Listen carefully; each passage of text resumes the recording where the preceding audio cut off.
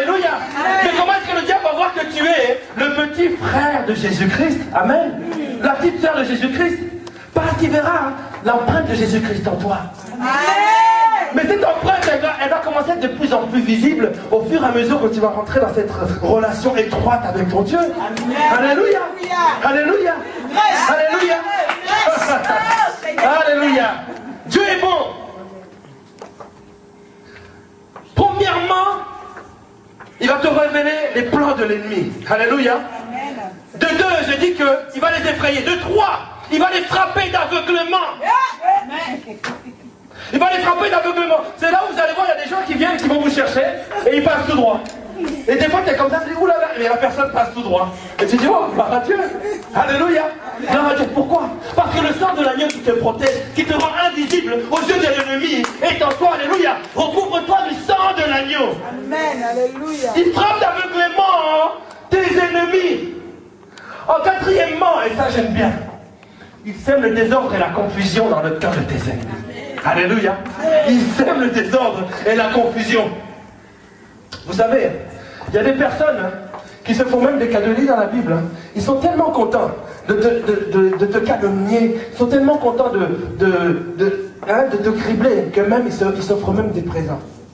Ils se disent, oh, ils s'offrent même des compliments. Oh, t'as vu? Qu'est-ce que je lui dis? T'as vu maman Cathy? Ouf! Mais oui, elle ne prie plus ici. Mais t'as vu? Ils se font même des compliments. Alléluia. Maman Cathy, Dieu va les frapper d'aveuglement et il va semer la confusion parmi eux. C'est pour cela que vous allez voir des fois des personnes qui étaient contre vous vont commencer à se manger entre eux. Comme dans la parole de Dieu, on voyait ces peuples qui venaient contre le peuple d'Israël. Le peuple d'Israël, qu'est-ce qu'il faisait? C'est pour cela qu'il faut que nous puissions copier des bonnes choses à copier. Le peuple d'Israël, ils avaient des guerriers aussi. Mais les guerriers, ils étaient où? En arrière-ligne. En première ligne, ils mettaient tous les Lévites, ceux qui adoraient, qui venaient avec le luth et la harpe, la trompette. Et ils étaient en train d'adorer leur Dieu. Alléluia. Lorsqu'ils arrivaient, l'ennemi lui-même, ils étaient en train de se bouffer entre eux. Alléluia. Va au-devant de tes ennemis avec la louange dans ta bouche. Alléluia.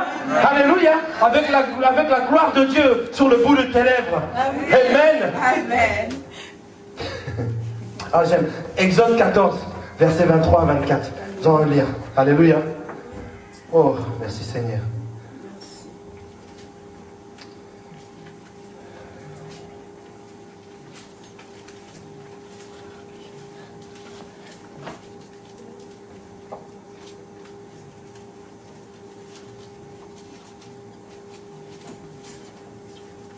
Alléluia. Si nous y sommes, si quelqu'un peut dire. Au nom de Jésus. Exode 14, verset 24 à 25. Amen. Mais vers l'aube, l'Éternel considéra que le camp des Égyptiens du haut de la colonne de nuée et de feu, et il sema le désordre. Il fit s'enliser les roues des chars, de sorte qu'ils n'avançaient plus qu'à grand peine. Les Égyptiens s'écrièrent, fuyons devant Israël, car l'Éternel combat pour eux contre l'Égypte. Amen. Amen. Amen. Alléluia. Hey, Dieu est un Dieu d'ordre, n'est-ce pas? Amen. Dans son sanctuaire, dans sa présence. Alléluia. Mais dans le cœur de l'ennemi, il va semer le désordre.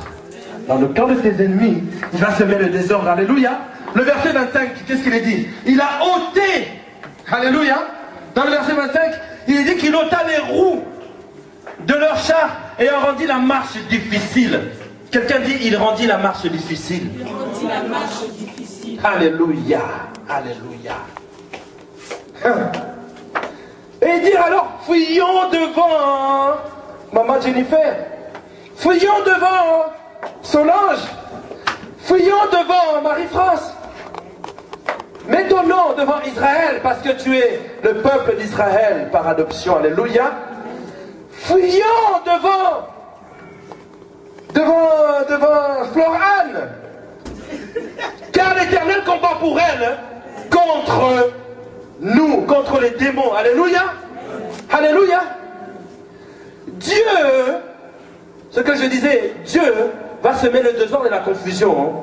Et il va rendre la marche difficile à l'ennemi. Alléluia. Il faut vous dire que, vous savez, lorsque vous êtes attaqué, il y a des personnes qui ont fait beaucoup d'efforts. Les démons, alléluia, sous l'ordre de Satan sur votre vie, ils veulent venir pour essayer de vous accabler. Ils font aussi des efforts, il ne faut pas croire. Ils ont leur prière, ils ont leur culte, alléluia. Mais seulement Dieu rend leur marche difficile. Leur marche difficile. Pourquoi? Parce que, vous savez, c'est pour vous dire quelque chose, je vais essayer d'imaginer cela. Dieu a séparé la mer en deux, n'est-ce pas? Amen. Il y avait une bénédiction, tout le monde a quand même joui de cette bénédiction. Puisque les soldats eux-mêmes, ils ont marché sur la terre sec, n'est-ce pas, de la mer Rouge. Mais seulement, Dieu a rendu la marche des Égyptiens difficile pour que toi tu puisses sortir. Alléluia. Tu es encore en train de faire un effort. Tu vas sortir. Tu vas sortir. Mets ta confiance à l'Éternel. Parce que si les Israélites regardaient derrière tout le temps, ils allaient même s'arrêter parce que, vous savez, les Égyptiens, quand on les voyait, leur armée était tellement puissante que vous pouvez même rester le souffle coupé. Ils étaient sur des chars. À l'époque, je ne sais pas à quoi on peut comparer aujourd'hui. Alléluia, mais c'était une énorme puissance. Donc Dieu est en train de rendre la marche de tes ennemis difficile. Alors, lève-toi et marche. Alléluia. Lève-toi et marche. Quelqu'un dit Amen. Amen. La cinquième des choses, et celle-là je l'aime beaucoup, alléluia, Dieu abaissera et humiliera vos ennemis dans sa justice. Alléluia. Mon frère, ma soeur, ne conçois pas la haine pour tes ennemis. Ne conçois pas de la haine pour tes ennemis. Alléluia. Amen. Ne cherche pas l'humiliation de tes ennemis. Ne cherche pas le rabaissement de tes ennemis. C'est la part de Dieu. Amen. C'est la part de Dieu. La Bible dit même que vaudrait mieux que tu pries pour eux. Vaudrait mieux que tu pries pour eux. Reste intègre, juste et droit dans ta situation. Alléluia. Si tu te justifies toi-même, Dieu ne te justifiera pas. Si tu ne te justifies pas, alors Dieu te justifiera. Alléluia. Si tu t'élèves toi-même, Dieu ne t'élèvera pas. Alléluia. Ce sont les principes de Dieu. L'Éternel va combattre pour nous. C'est le principe de Dieu. L'Éternel va combattre pour toi. Toi simplement, garde le silence et reste droit et intègre. Alléluia. Parce que c'est ainsi que sa justice va marcher sur toi. Sa justice va s'accomplir sur ta vie. Alléluia. Amen. Alléluia. S'il y a une chose qui appartient à Dieu, à lui la rétribution, à lui le jugement aussi et la vengeance. Amen. Amen. Ne touchez pas à cela. C'est Dieu seul qui va te justifier. Amen. Dieu est ta justice. Il le fera en son temps. Alléluia. J'aime cette histoire. J'aime beaucoup cette histoire. Oh là là là là là.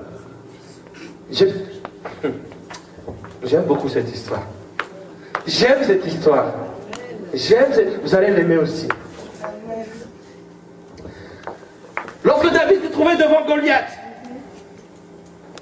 quand je disais que lorsque nous voyons les différentes veilles de la journée, parce que dans les différentes veilles, il y a différentes manifestations dans le monde spirituel pour que nous sachions guider. Alléluia. David a guidé cette pierre avec sa prière en disant le nom de l'Éternel des armées. Alléluia. Et cette pierre est partie droit à son but. Amen. Mais lorsqu'il a eu cette victoire, mon frère, ma soeur, c'est drôle, hein? Quand tu es béni un moment, et tout de suite après, il y a encore quelque chose qui t'arrive. Amen. Amen. Pourquoi? Parce que le diable, ça ne lui plaît pas. Voilà que le jeune David était dans le palais du roi. Amen. Il était dans le palais du roi. Et qu'est-ce qui se passait? Il était en train de jouer du luth et de la harpe. Et d'un coup, il est dit dans la parole de Dieu que le cœur du roi s'assombrit. Le cœur du roi s'assombrit à un tel point qu'il n'a même pas pu retenir son geste. Il a jeté carrément un objet sur David qui a pu esquiver. Alléluia.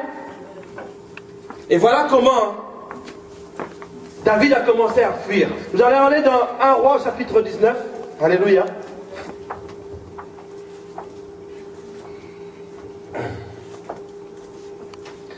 Un Roi chapitre 19.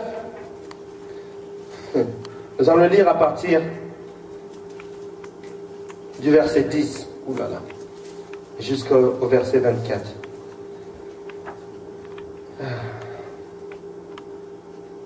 Amen. Est-ce que vous voulez bien qu'on lise cette histoire? Amen. Nous allons la lire. Si quelqu'un veut bien la lire au nom de Jésus. Je lis au nom de Jésus. Amen. Lis au nom de Jésus. 1 Roi chapitre 19, versets 10 à 24. Il répondit, j'ai déployé tout mon zèle pour l'Éternel, le Dieu de l'univers.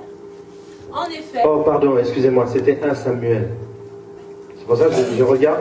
Moi, j'ai mis déjà 1 Samuel et je vois que c'est pas ce qu'elle dit. Elle dit, oh là, c'est moi. C'est 1 Samuel. C'est pas très loin. Hein.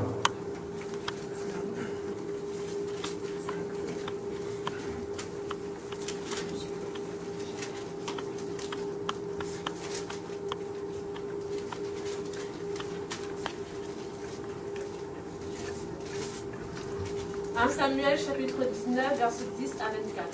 Amen. Je lis au nom de Jésus. Amen. David jouait. Saül voulait le clouer avec sa lance contre la paroi, mais David l'évita et la lance s'enfonça dans la paroi. David prit la fuite et s'échappa pendant la nuit. Saül envoya des hommes à la maison de David pour le surveiller et le faire mourir au matin. Mais Michal, la femme de David, l'en a informé en lui disant, « Si tu ne te sauves pas cette nuit, demain tu es mort. » Elle fit descendre par la fenêtre, et David s'en alla et prit la fuite. C'est ainsi qu'il s'échappa. Ensuite Michal prit le téraphin et le plaça dans le lit. Elle mit une peau de chèvre et à la tête du lit, et elle enveloppa le téraphin d'une couverture.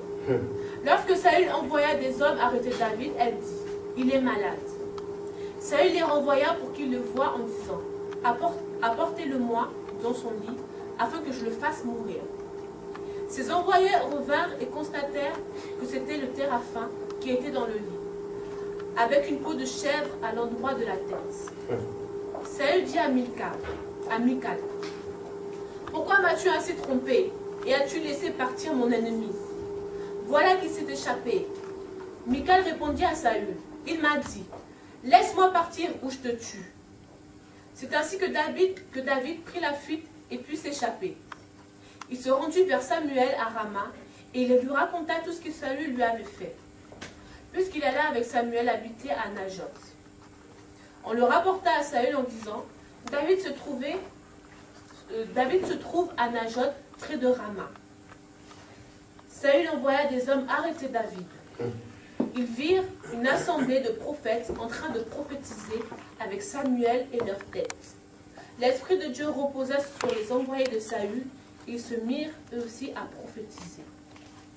On le rapporta à Saül, qui envoyait d'autres hommes, et eux aussi se mirent à prophétiser. Il envoya encore pour la 3e fois, et ils se mirent également à prophétiser. Alors Saül se rendit lui-même à Rama. Arrivé à la grande citerne que se trouve à Sékou, il demanda, « Où sont Samuel et David ?» On lui répondit, « Ils sont à Najoth près de Rama. » Il prit alors direction de Najoth près de Rama. L'Esprit de Dieu reposa aussi sur lui, et Saül continua son chemin en prophétisant jusqu'à son arrivée à Najoth près de Rama. Il retira ses vêtements et prophétisa aussi devant Samuel. Il se jeta nu par terre et resta assis tous ces jours-là et toute la nuit. Voilà pourquoi l'on dit, Saül est-il aussi parmi les prophètes? Parole du Seigneur. Amen. On acclame la parole du Seigneur. Alléluia. J'aime la parole de Dieu. 1 Samuel, chapitre 19, du verset 10 jusqu'au verset 24. Amen. Alléluia. Mais quelle histoire! Quelle histoire! Saül a été pris, il a eu vraiment des envies de meurtre, par jalousie. Alléluia. Mon frère, ma soeur, Samuel, dans ce passage-là, je l'ai vu comme celui qui incarnait l'esprit des prophètes. Alléluia, l'esprit de Dieu. Le Saint-Esprit.